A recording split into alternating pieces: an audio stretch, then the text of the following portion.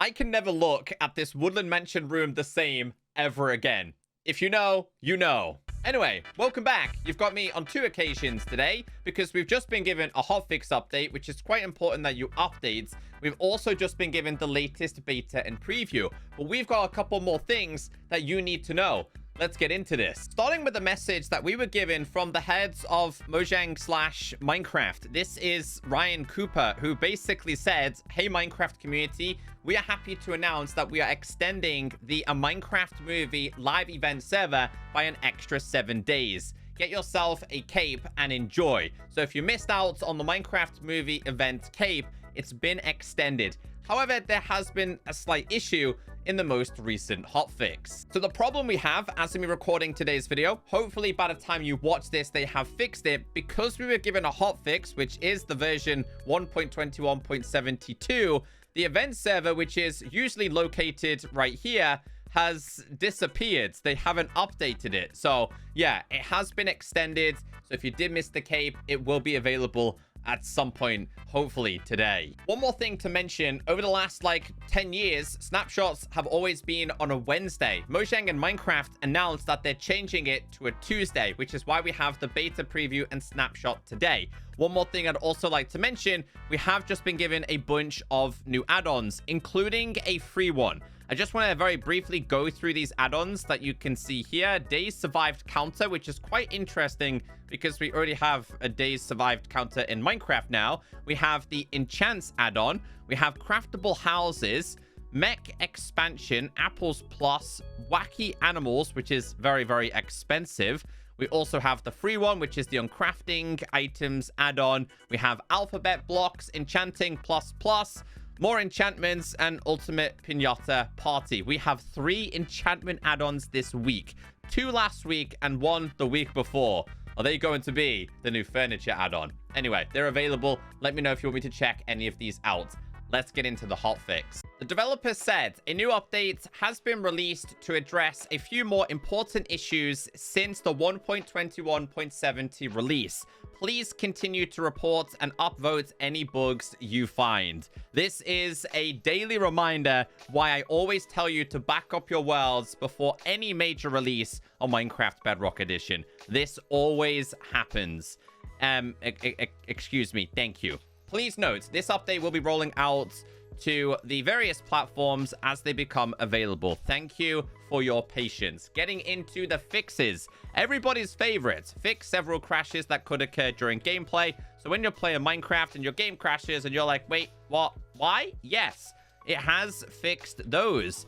But also, Sea Pickles no longer replace blocks when being placed on a partial block. We have a bug report. Well, we were meant to have a bug report, but apparently we have no access to this. Anyway, that was an issue that they considered to be game-breaking, so it was fixed. This one is quite important and probably the reason why we've been given this hotfix. They have fixed an issue that could cause renamed book and quill to become blank. We have a bug report. I first heard about this from you guys in the comments section saying, hey, Echo, why was my book deleted? And then Dallas Med, really cool guy, said, dang, huge bug in Minecraft Bedrock right now. All older book and quills won't save new information. This is a very big problem. And the head of Minecraft actually reached out and was like, could you send me a DM so we could fix it? So yeah, big shout out to Ryan for basically pushing this hotfix ahead because a lot of people lost a lot of their book and quill information. So if you were playing Minecraft and noticed in the previous version that your books were completely empty and missing everything that you saved, yes, it was an issue. Yes, it's been fixed. Along with fixed some cases of players' locations being massively rewound during long server stalls. That's the hotfix update. Let's get into the beta and preview. Although this was a hotfix update, there is a chance that we could see even more in the future. Back up your worlds, people. These problems happen quite regularly. Getting into the latest beta and preview, which is 1.21.80.27. Starting with the experimental features, gameplay. It's more of a technical change, but exciting none of the less, because they have added Minecraft replace biomes components to allow for custom biomes to replace portions of vanilla biomes. To use, add it to custom biome files in behaviors packs. Now, I'm not much of a technical person, so shout out to Stark who did help me with this. Basically, you have a biome like this. Let's say you're in a plains, but you don't like a plains. You would like to modify it and it to be like a lava biome, or you'd like it to have a volcano. You can now do this, which means going forward, add-ons are going to be even more exciting. I believe this was removed for a very, very long time, and it's now available once again. Getting into graphical, they have re-enabled local exposure on all platforms in vibrant visuals, but fixed an issue that caused candles, chiseled bookshelves, and dried kelp blocks not to use PBR textures in vibrant visuals mode and ray tracing mode. We have a bug report. This was reported years ago. 2021 doesn't feel that long ago, but was in fact 4 years. Mad Lads made some of the best RTX related packs. Now, basically, if we check out this picture right here, this doesn't have the same experience as this. This has now been resolved in vibrant visuals and is also working with RTX, but it took them 4 years to fix this. So if we go into options and we go to our settings and once again scroll down to video and enable the vibrant visuals, again, only accessible in beta/preview. Let's make sure we've got all of these active. These should now be modified, and you can see the glow is obviously a lot better. So if we do /time set and we did midnight here, you can see the glow is actually pretty cool. Oh, this one seems a little bit bugged out. Maybe that's just me. Oh, there we go. Just took a little bit of time to actually load in. It can be quite demanding sometimes, but a lot of people are really enjoying vibrant visuals. I hope you guys are too. So candles now work. Apparently these also weren't working as well, and apparently the kelp related blocks. Vibrant visuals is here, and over the next couple of weeks/months will be improved. One more vibrant visuals change: stained glass now renders with the correct colors when using vibrant visuals. So yellow wasn't shown as yellow, blue wasn't shown as blue, green, black, you name it. So if we go to settings, if we scroll down to video and we enable this one more time with a slight bit of lag when we convert this over. Okay, so now it's working. I'm not sure if they were all clear last time we checked this out. We do /time set. We do midnight again. I mean, oh, there we go. There we go. Works. Works.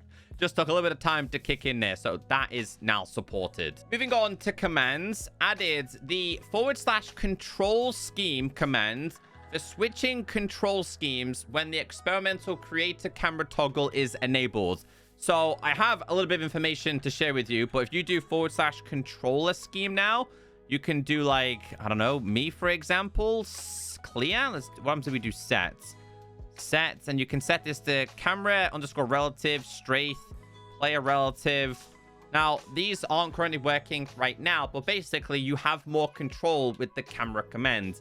Let me explain. When I say me, I mean Late Lag said, what is the controller scheme? Does this mean that I can make a player move relative to the camera rather than relative to their position in the world?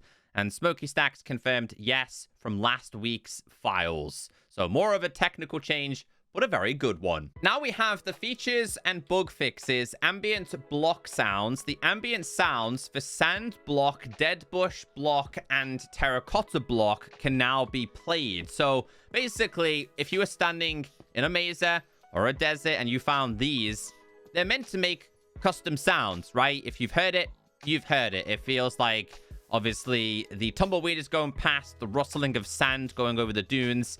Yeah, this wasn't working at all. You can't hear it right now, but if we went to the designated biomes, it has been resolved. Although, question, can you bring these to your own location and get those ambient sounds?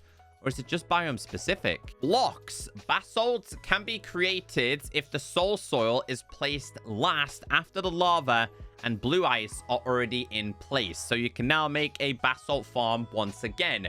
Gameplay.